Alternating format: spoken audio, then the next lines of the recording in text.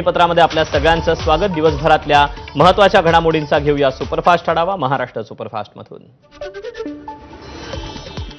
काँग्रेस नेते बाळासाहेब थोरात यांना धमकी दिल्याच्या निषेधार्थ संगमनेरमध्ये सद्भावना शांती मोर्चा। काँग्रेस नेते बाळासाहेब थोरात यांना धमकी देणाऱ्या तथाकथित कीर्तनकार संग्राम भंडारे यांचा मोर्चाद्वारे निषेध। तत्वाकरता आणि विचाराकरता माझी मरण्याची तयारी। संगमनेरमध्ये बाळासाहेब थोरातांचा आक्रमक पवित्रा। संगमनेरमध्ये जोरदार राजकीय आरोप प्रत्यारोप सुरू। रोहित पवारांना एमपी एमएलए कोर्टाकडून दिलासा।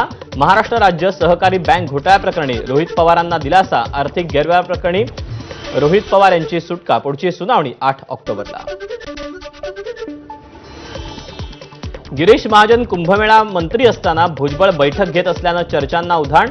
दरम्यान नाशिकचा मंत्री म्हणून आपल्याला 100% अधिकार, भुजबळांचं वक्तव्य।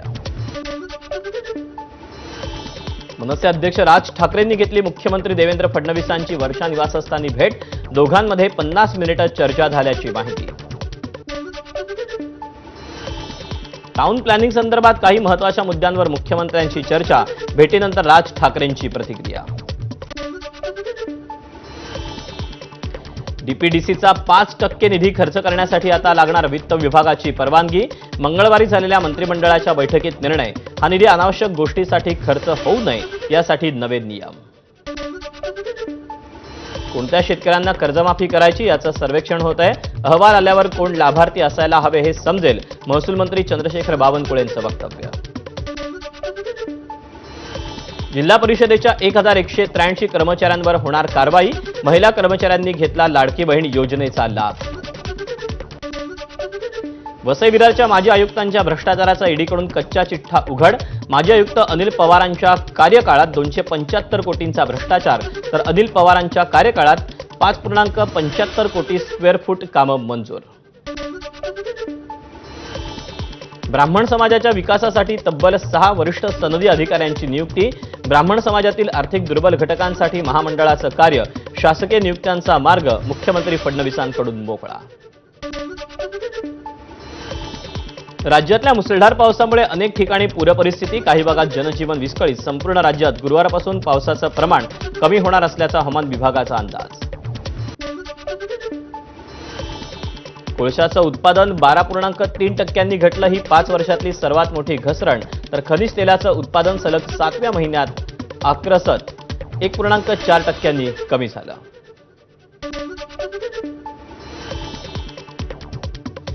वळूया पुढच्या बातमीकडे। जीवन विम्याचा आरोग्य विमा स्वस्त होणार। केंद्राचा पॉलिसींवरील जीएसटी काढून टाकण्याचा प्रस्ताव। सरकार मोठा दिलासा देण्याच्या तयारी। मिठी नदी घोटाळ्या प्रकरणी आर्थिक गुन्हे शाखेकडून कंत्राटदार शेरसिंग राठोडला बोरिवलीमधून अटक। एफआयआरमध्ये कुठेही शेरसिंगचं नाव नमूद नव्हतं, परंतु तपासादरम्यान त्याचं नाव समोर आलं। गणेशोत्सवानंतर ठाण्यातील बेकायदा बांधकामांवर कारवाई करण्यात येणार। शिल्लक राहिलेल्या 682 बांधकामांचं वीज आणि पाणी पुरवठा कनेक्शन तोडण्यात येणार। गणेशोत्सव काळात मुंबई गोवा राष्ट्रीय महामार्गावर 23 ऑगस्टला मध्यरात्री 12 ते 28 ऑगस्टच्या रात्री 11 पर्यंत अवजड वाहनांना बंदी। मुंबई गोवा महामार्गावर मोठी वाहतूक कोंडी होत असल्यानं निर्णय। मुंबईतील जीएसबी गणेश मंडळानं उतरवला 474 कोटींचा विमा। सोनं आणि दागिन्यांचं मूल्य वाढल्यानं विमाही वाढवला।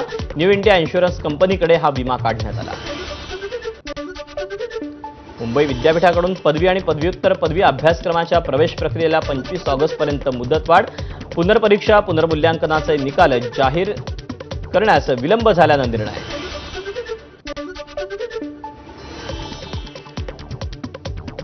आणि आगार ते गेटवे मेट्रो 11 मार्गिकेला मंजुरी। 15 दिवसात प्रस्ताव केंद्राकडे पाठवणार। केंद्राची मान्यता मिळाल्यावर निविदा प्रक्रिया राबवली जाणार। मोनोरेल बंद पडल्याच्या घटनेचा अहवाल 3 दिवसात द्या। एमएमआरडीएचे महामुंबई मेट्रो संचलन महामंडळाला आदेश। मुंबईतील चेंबूर ते भक्ती पार्क दरम्यान मंगळवारी संध्याकाळी ही मोनोरेल बंद पडली होती। मोनोरेल ओव्हरलोड झाल्यास गाडी पुढे न सोडण्याचा एमएमआरडीएचा निर्णय। क्षमतेपेक्षा जास्त गर्दी झाल्यास प्रवाशांना गाडीतून सुरक्षितपणे उतरवून नंतरच गाडी पुढे सोडण्यात येणार।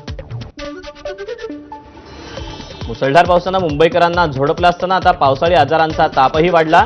डेंग्यू रुग्णांची संख्या 404 वर तर मलेरियाचे रुग्ण 674 वर।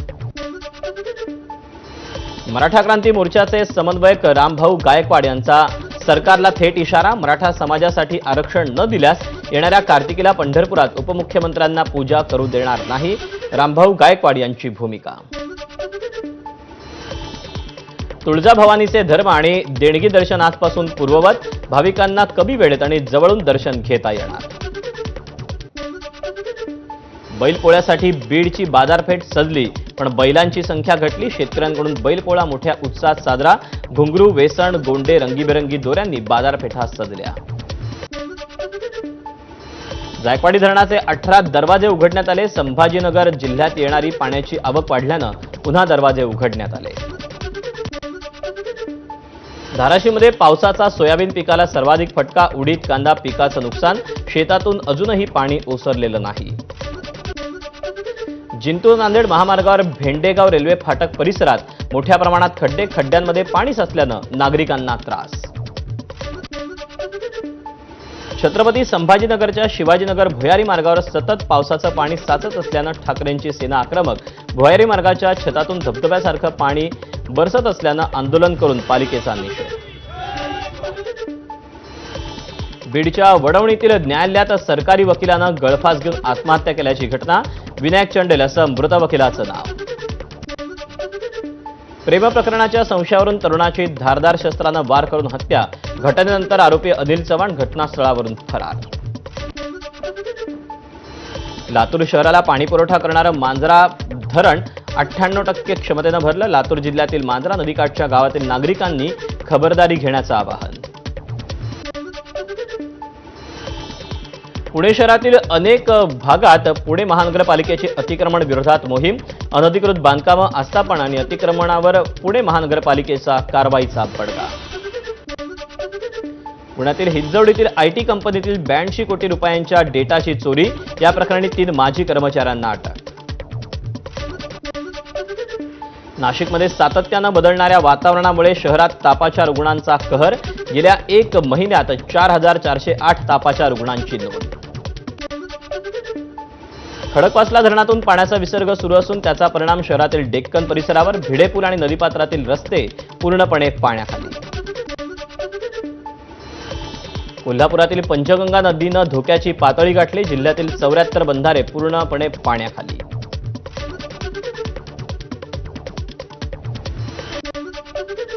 कोल्हापूरच्या कासारी नदीच्या पुरामुळे हजारो हेक्टरवरची शेती पाण्याखाली। नदीनं पात्र सोडलं असून रौद्ररूप धारण केलं।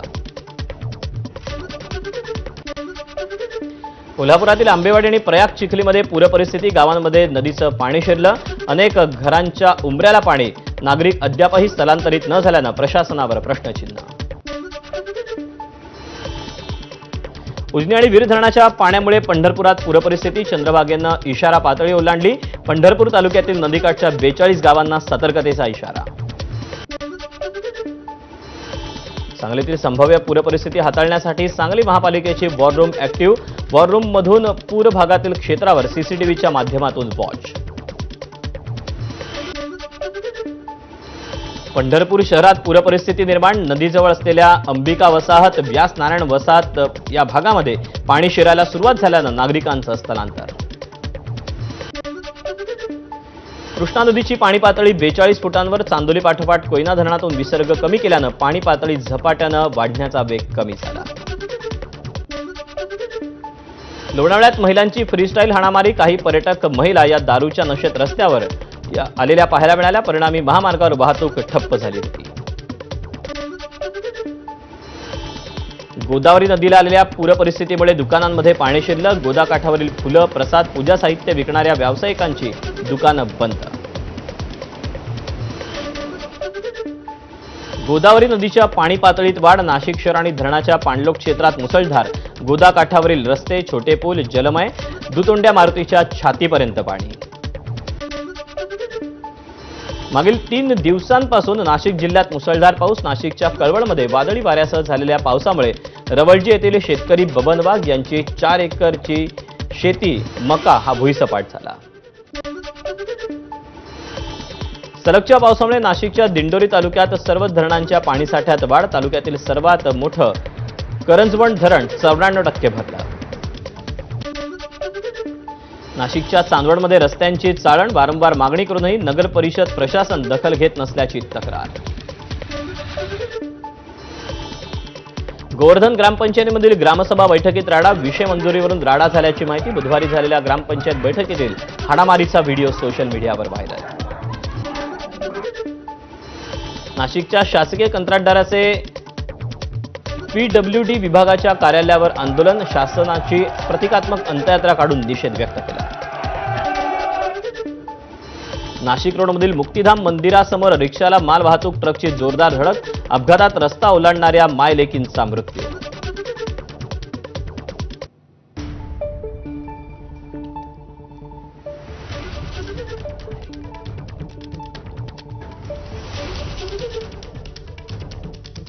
उपराष्ट्रपतीपदासाठी एनडीए उमेदवार CP राधाकृष्णन यांना पाठिंबा मागण्यासाठी मुख्यमंत्री देवेंद्र फडणवीस यांनी शरद पवार आणि उद्धव ठाकरे या दोघांनाही फोन केल्याचं समजतंय. राज्यपाल राधाकृष्णन हे महाराष्ट्रातील मतदार असल्यानं त्यांना पाठिंबा द्यावा अशी विनंती केल्याची सूत्रांनी माहिती दिली आहे.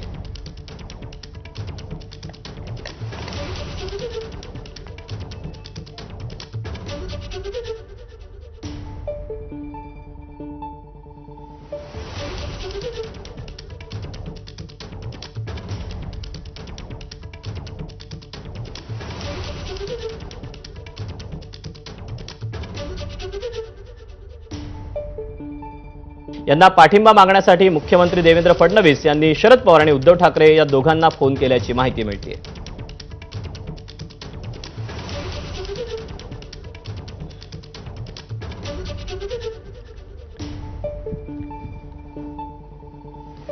छगन भुजबळांच्या अध्यक्षतेखाली कुंभमेळ्यासंदर्भात बैठकीला सुरुवात झाली आहे. कुंभमेळ्यासाठीची विकास कामं आणि रस्त्यांच्या कामांचा आढावा भुजबळ घेणार आहेत. नाशिक विभागीय आयुक्त, जिल्हाधिकाऱ्यांचा वरिष्ठ अधिकारी देखील यासाठी उपस्थित असल्याचं समजतंय. त्यामुळे आता नाशिकमध्ये एकीकडे पालकमंत्री पदाचा वाद हा उद्भवलेला असताना दुसरीकडे आता कुंभमेळा मंत्री गिरीश महाजन हे देखील असताना आता छगन भुजबळ हे देखील आता ही बैठक घेत आहेत. ही बैठक कुंभमेळा संदर्भातली असल्याचं देखील समजतंय. छगन भुजबळ या बैठकीचं अध्यक्षपद भूषवत आहेत. कुंभमेळ्यासाठीची विकास कामं, रस्त्यांच्या कामांचा आढावा हे छगन भुजबळ घेणार असल्याचं देखील समजतंय. नाशिक विभागीय आयुक्त, जिल्हाधिकाऱ्यांचा वरिष्ठ अधिकारी देखील यासाठी उपस्थित आहेत.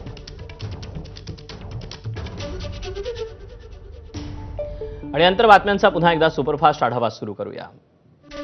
वर्ध्यात उपमुख्यमंत्री अजित पवारांच्या दौऱ्यावेळी कार्यकर्त्यांनी प्लास्टिक पिशवीतून गुलदस्ते आणले होते. यावर अजितदादांनी नाराजी व्यक्त केली. जळगावमध्ये माजी मुख्यमंत्री पृथ्वीराज चव्हाण यांच्या विरोधात निदर्शनं. हिंदू दहशतवाद उल्लेखावरून संताप.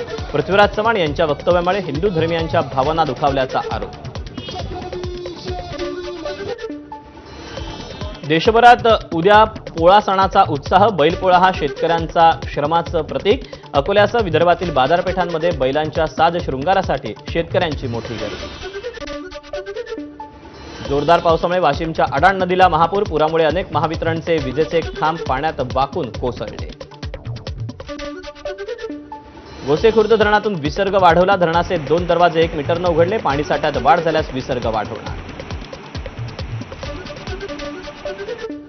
भंडाऱ्यात आरोग्य विभागाच्या कंत्राटी कर्मचाऱ्यांचं 3 दिवसांपासून बेमुदत कामबंद आंदोलन. शासकीय नोकरीत कायमस्वरूपी सामावून घेण्याची कर्मचाऱ्यांची माहिती. वर्धा नांदेड दरम्यान रेल्वे उड्डाण पुलासाठी खोदलेल्या खड्ड्यात 4 मुलं बुडाली. नागरिकांच्या मदतीनं मुलांना वाचवण्यात यश. गडचिरोलीत पुराच्या पाण्यात वाहून जाणाऱ्या व्यक्तीचा व्हिडिओ व्हायरल. कढोली नाला पार करत असताना पुराच्या पाण्याचा फटका बसल्यानं तोल गेला. स्थानिकांच्या मदतीनं त्याला बाहेर काढण्यात यश. गडचिरोलीतील अनेक तालुक्यात डेंग्यूचा प्रकोप. आतापर्यंत तालुक्यातील 6 जणांचा डेंग्यूमुळे मृत्यू. नागपुरात नग्न व्हिडिओ पाठवून महिलेसोबत अश्लील कृत्य करणाऱ्या भोंदू बाबावर गुन्हा दाखल. हबीबुल्ला मलिक उर्फ मामा असं भोंदू आरोपीचं नाव. अकोल्यात ऑपरेशन प्रहार अंतर्गत पोलिसांनी गावठी दारूचा अड्डा उद्ध्वस्त केला. अकोल्यातल्या बार्शी टाकळी हद्दीतल्या ग्राम कोथळीतली घटना. भंडाऱ्यात भरधाव एसटी रस्त्यावरून उतरून शेतात शिरली. वेळीच बस नियंत्रित झाल्यानं मोठी दुर्घटना टळली. सीआरपीएफ जवानाच्या दुचाकीला चितळाची धडक. या अपघातात सीआरपीएफ जवानाचा मृत्यू. भंडाऱ्यातल्या पवनी इथली घटना. बुलढाण्यातल्या नांदुरा शहरातील शाहीन कॉलनीतील एका घरातून 41 तलवारी जप्त. नांदुरा पोलिसांची कारवाई. महाराष्ट्र आणि मध्य प्रदेशला जोडणाऱ्या महामार्ग तुमसर तालुक्यात ठिकठिकाणी खड्डे. याविरोधात बिनाकी गावाजवळ ग्रामस्थांचं रास्ता रोको आंदोलन. राज्यातील राष्ट्रीय आरोग्य अभियानातील 40,000 वैद्यकीय कर्मचारी आणि अधिकारी संपावर. यापूर्वी 36 दिवस केलेल्या कामबंद आंदोलनानंतर शासनानं अधिकारी आणि कर्मचाऱ्यांना अद्यापही नियमित सेवेत न घेतल्यानं 40,000 जण हे बेमुदत संपावर. मुसळधार पावसाचा गुहागरमधील ग्रामीण भागात मोठा परिणाम. अनेक ठिकाणी भूस्खलन, रस्ते खचले, घरावर झाडं कोसळली. अलिबागवरून सिडकोलीकडे जाणाऱ्या एसटी बस चालकाला भर रस्त्यात मारहाण. वाहन रस्त्यात उभा असल्यावरून वाद. मारहाण करणाऱ्या व्यक्तीवर रेवदंडा पोलीस ठाण्यात गुन्हा दाखल.